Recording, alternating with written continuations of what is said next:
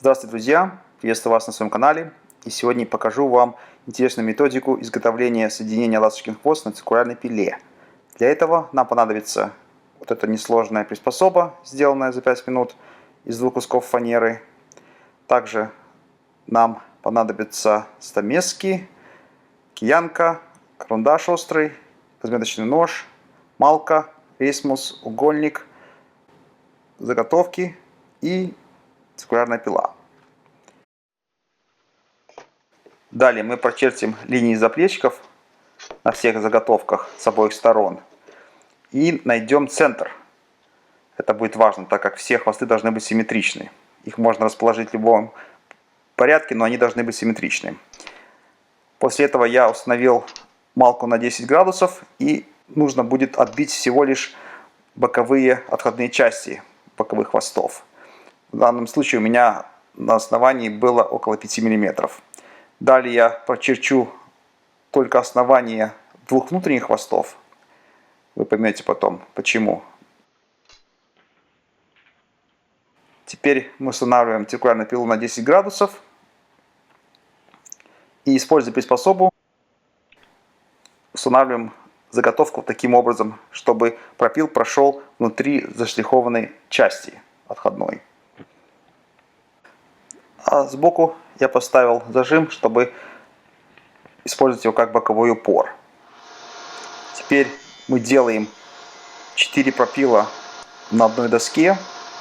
Причем мы ее переворачиваем и в горизонтальной плоскости, и в вертикальной, прорезая хвосты.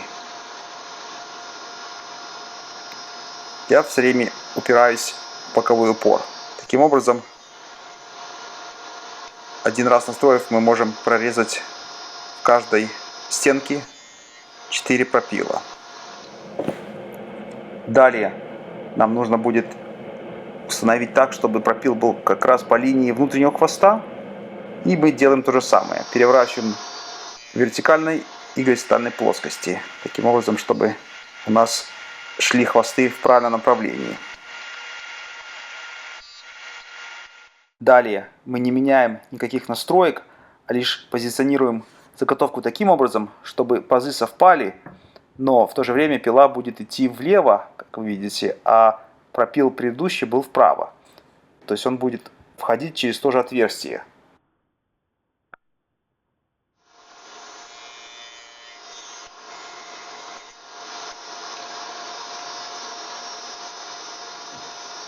То же самое. Переворачиваем заготовку в горизонтальной и вертикальной плоскости.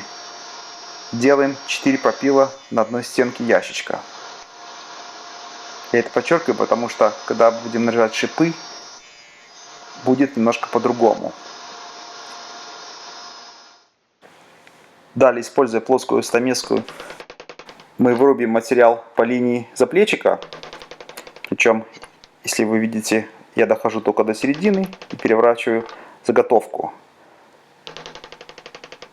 Стамеску я люблю наклонять на градуса 3 или 5 немножко внутрь, для того, чтобы не образовался бугор внутри. Так как этого все равно не будет видно.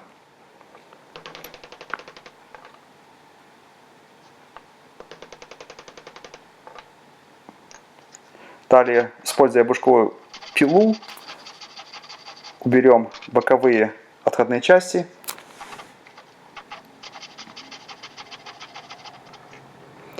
И немножко зачистим. Я делаю небольшие надпилы бушковой пилой и зачищаю острой стамеской. Это происходит очень быстро, так как там практически все уже и так чисто. Вот так выглядят заготовки после 5 минут зачистки. Далее мы разметим соединение острым ножом и заштрихуем отход. Потом по угольнику перенесем линии на переднюю и заднюю часть. Заштрихуем отход. Вы потом поймете почему. Далее мы настроим циркулярную пилу для работы с шипами. Пила ставится под 90 градусов, а боковой упор ставится под 10 градусов. Сама же приспособа сдвигается немножко вправо, для того, чтобы сделать снова прорез, по которому мы будем ориентироваться. Также нам нужно будет заново отстроить высоту пропила. Грубо мы можем положить вот так вот заготовку и настроить высоту. Однако все равно нужно будет сделать несколько тестовых надрезов, для того, чтобы прорез касался точно линии заплечиков.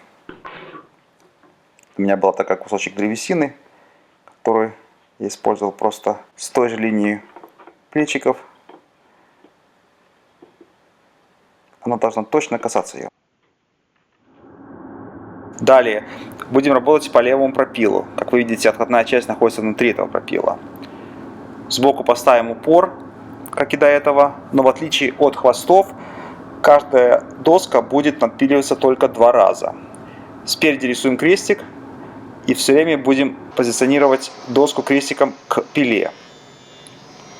Делаем первый пропил, потом как пропеллер по горизонтальной плоскости переворачиваем, упираем в упор и делаем второй. Берем следующую заготовку и делаем то же самое. То есть только по 2 пропила, в отличие от хвостов.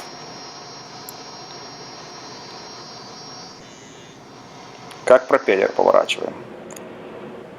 Далее мы сдвигаем на ступеньку влево. Опять же, отходная часть будет внутри пропила. Причем, как вы видите, не следующая линия, а через линию. Единожды настроив, мы можем таким образом делать пропилы хоть на 6 ящичках, хоть на 12 боковых стенках. Еще раз передвигаем через линию. Опять же следим за отходом. Делаем 2 пропила. Теперь сдвигаем приспособу немножко вправо, для того, чтобы сделать еще один пропил. И позиционируем боковой упор в другую сторону на 10 градусов. Вот таким образом вы видите, что это уже 3-я линия, по которой мы будем работать. Вот для этого я говорил, что заштриховать с обоих сторон, чтобы потом не запутаться. А в остальном все то же самое, просто наклон в другую сторону. Тут уже даже более понятно, потому что уже не ошибешься. Но то же самое, как пропеллер поворачиваем, крестик вперед, по 2 пропила на каждую заготовку. Далее точно так же сдвигаем через линию. Там уже была не линия, пропил. Следим за отходом и делаем снова по 2 пропила.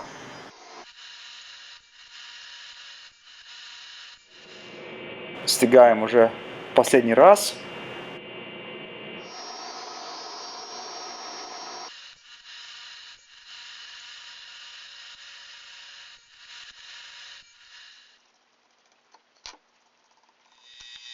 Чтобы облегчить себе жизнь, можно таким вот образом грубо убрать отходные части, перед тем, как будете работать стамеской. Операция повторяется, доходим до середины.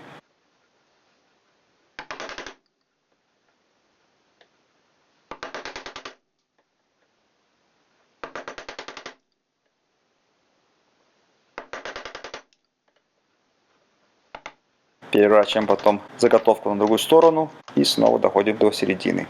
Все то же самое.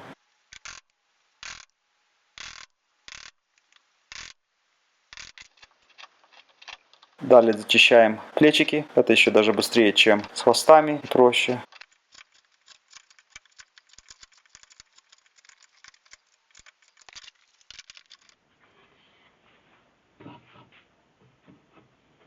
Все сошлось с первого раза.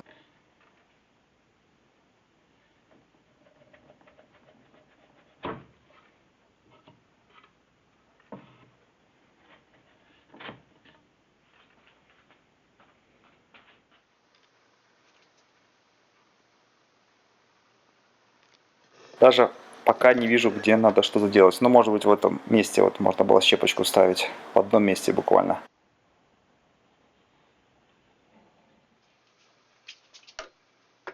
Все легко собралось, склеилось. С помощью прямой фрезы я уберу выступающие хвосты и шипы. Можно это сделать рубанкой.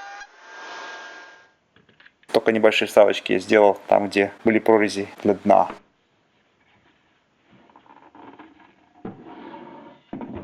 Так оно выглядит после прямой фрезы.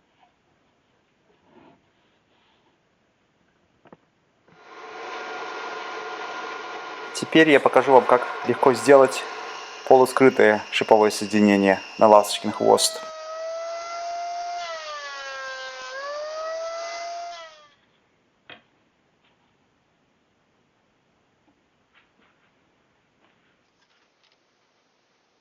Все это дело берем на клей.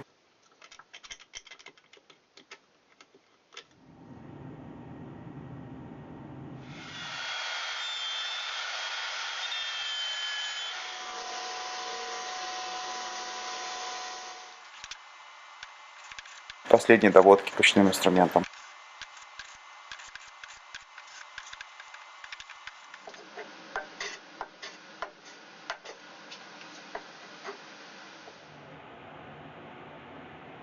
Вот так вот получилось. С этой стороны даже ничего не нужно заделывать. Здесь вот маленькие две щелочки. Можно их даже и так оставить. Если бы лаком покрывалась, она бы, наверное, лак затек бы туда. Так как я не буду покрывать, чуть-чуть я их замажу.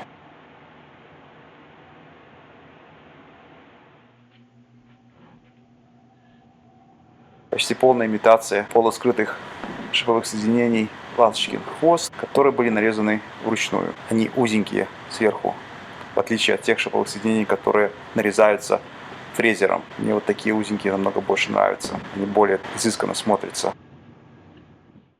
Тут стоит отметить, что я в видео делал надрез с помощью бушковой пилы, но можно это сделать и на циркульной пиле, пропилив вот таким образом несколько раз. Потом немножко зачистить стамеской. Или это можно сделать на электролобзике. Мне просто было обушковой пилой быстрее и удобнее. Также, если вы хотите делать много таких соединений, то можно заказать у точильщика диск циркулярной пилы, заточенный по 10 градусов на скосе. И таким образом плечики можно сделать идеально ровные вообще. Особенно боковые отходы можно сделать за секунду буквально. И даже не надо будет почищать, только сбить этот маленький треугольничек.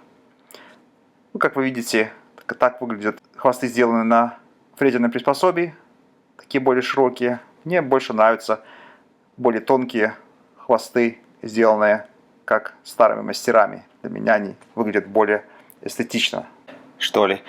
Спасибо за внимание. До свидания.